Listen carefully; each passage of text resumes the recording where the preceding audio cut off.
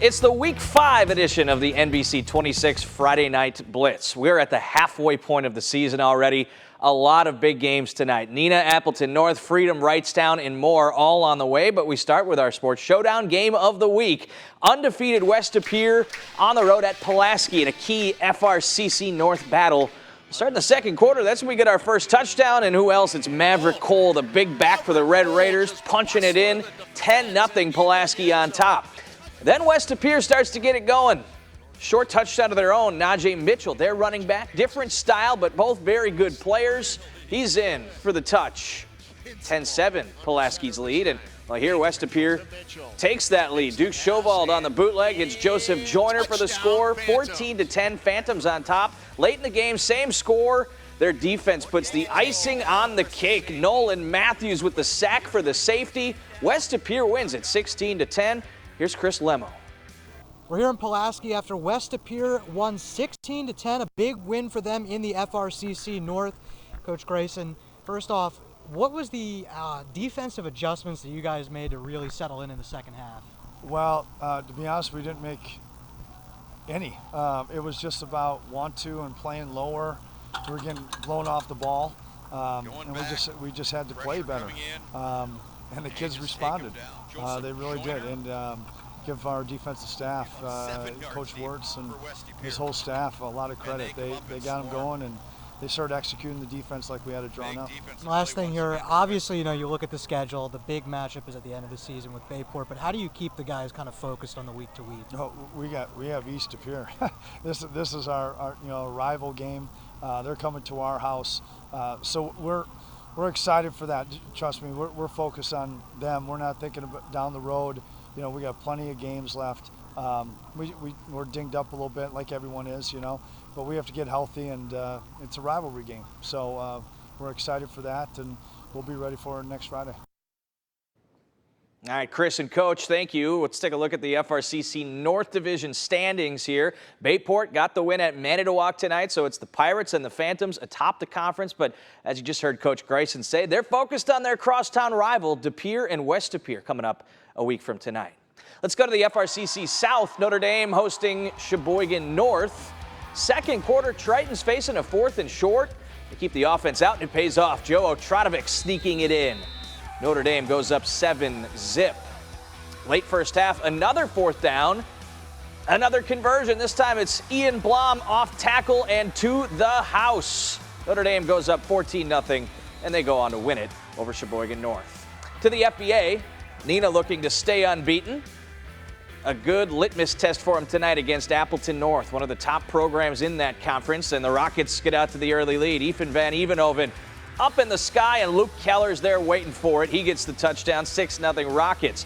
Into the second quarter, Lightning knock it on the door, and they punch it in from short yardage. That puts North up 7-6, but that was their only touchdown of the night. Second half, fumble! Kyle Schultz all over it and to the end zone. Rockets go up 14-7. They win it 21-10, 5-0 for the first time since 2018. Neenah's competing with Kimberly atop the FBA. Papermakers at Appleton East tonight. Gavin Tyson had himself a nice night here. A short yardage run. Look at that truck stick into the end zone. Kimberly taking the early lead, and he can do it from distance as well, as he shows us here. Up the left sideline. He gone. Little Reggie Bush style cutback there to the end zone. All makers 42-13. To the FBA standings now. Again, it's Kimberly and Neenah on top. They will play in week 8, so 3 weeks from now. Fond du Lac still kind of hanging around, Kaukauna as well, but it looks like a 2-horse race there. Those teams 3-0 in the conference, 5-0 overall. A quick stop in the Packerland. Kewanee looking to stay unbeaten as they take on Bonduelle. Second half, Storm deep in their own territory. They set up the screen, and folks, they set it up to perfection. Mitchell Thompson on the throw, and Owen Carlson with a cavalry in front of him. He is gone. 93-yard house call. Kewanee extending its lead to 26-13. And on their next possession, much shorter this time, but they're all worth 6 points, folks. Thompson, the QB, keeping it himself. dodging defenders and reaching over the goal line for the score. Kewanee wins 40-19. They are a perfect 5-0. Still ahead, we'll have the latest Packers news and notes ahead of that Sunday Night Football showdown with the Bears. Plus, the Blitz continues.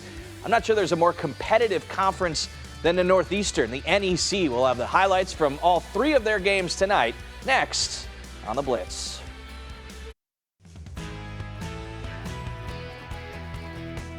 Blitz rolls on. Entering tonight, teams of the Northeastern Conference were a combined 23-1, with the only loss coming back in the first week of the season. Now the fun begins as they finally start playing each other here in Week 5.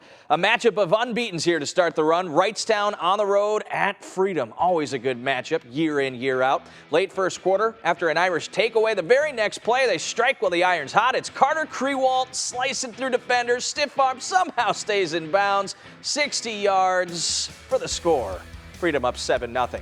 Second quarter, different period, same dude, Crewalt. This guy's good, folks. 17 yards to the pylon, 14-0 Irish. Late first half, they're knocking on the door again. Guess who? The hat trick for Mr. Crewalt. And how about a fourth? This is in the waning seconds of the first half. Check this out. I'm not sure if this was designed or not, but a little hook and ladder action there as Crewalt takes the pitch and reaches across the goal line. What a night he had. 42-7. Freedom wins it. Here's John Miller. As you just read in the highlights, Brandon, a heck of a night by senior Carter Crewalt with 4 touchdowns. He's now up to 14 total touchdowns on the year as the Irish dominated Wrightstown 42-7 to remain undefeated. I caught up with head coach Clint Crewalt after the game. He's a difference maker on the field, and he worked hard all offseason, and I think he's seen how it paid off for him. So our kids worked hard all week in practice, and we know each other fairly well. They know how we're going to line up defensively. We know how they're going to line up. It's just a matter of execution. So our kids they're believing in themselves. They believe in each other. They believe in their teammates. We're a much better football team than we were last year. Next up for the Irish, they're at Luxembourg Casco next week as they look to go 6-0. Back to you, Brandon. Thank you, John. And speak of the devil, Luxembourg Casco on the road at Little Chute in a battle of the LCs. And well, I'll just be real with you here, folks. In the second half when we were there, it was all defense. It was a 14-8 Mustangs lead at halftime. And, well, both sides were shutting each other down. I believe this is one of the final plays of the game here. LC going for the end zone, down 6, but nothing doing. Little Chute takes the LC trophy back, 14-8. How about Fox Valley Lutheran? They're on the road at Denmark. Denmark, the one team with a loss in this conference entering tonight, but that doesn't mean they're not a good team. First drive of the game, though, they get scored on. Liam Hygis, that dynamic quarterback for FBL, hits Bennett Reeder for the score. FBL goes up 7-0. Later in the first quarter, Denmark evening it up. Nolan Pere with nothing but green grass in front of him. 70-yard house call there. We're tied up at 7. Second quarter, Hygis, here he is again. Designed quarterback run. Great vision there as he takes it in for the score. 40 yards.